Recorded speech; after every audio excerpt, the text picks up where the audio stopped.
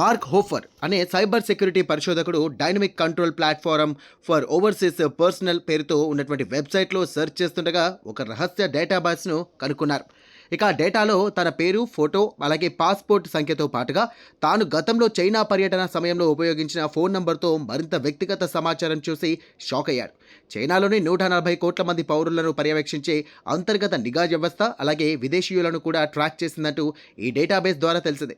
ఇక ఇందులో భాగంగా విదేశీ పౌరుల ఫోటోలు, పాస్పోర్ట్ నంబర్లు, పాత మొబైల్ నంబర్లు, గ్యాస్ బిల్లులు, ఆసుపత్రులు, ఇక స్కీయింగ్ పర్యటనలకు సంబంధించినటువంటి పూర్తి సమాచారంతో కూడిన వ్యక్తిగత లాగ్స్ ఉన్నాయంటూ ఈ కథను వెల్లడించింది. ఇక ఈ వెబ్సైట్కు బెల్జింగ్ చెందినటువంటి ఆరిజిన్ డైనమిక్ అనే సంస్థతో సంబంధం ఉన్నట్టుగా మీడియా కథనాలు చెబుతున్నాయి.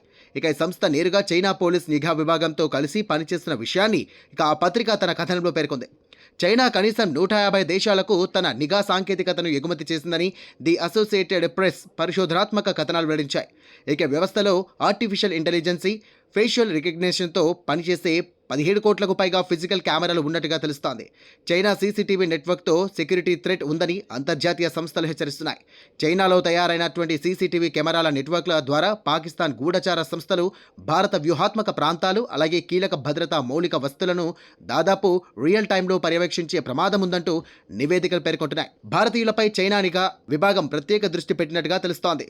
చైనాలోని జాంగ్ జియాకోవు హెబే నార్త్ యూనివర్సిటీలో చేరినటువంటి విదేశీ విద్యార్థుల సమాచారం ఇందులో ఎక్కువగా ఉంది.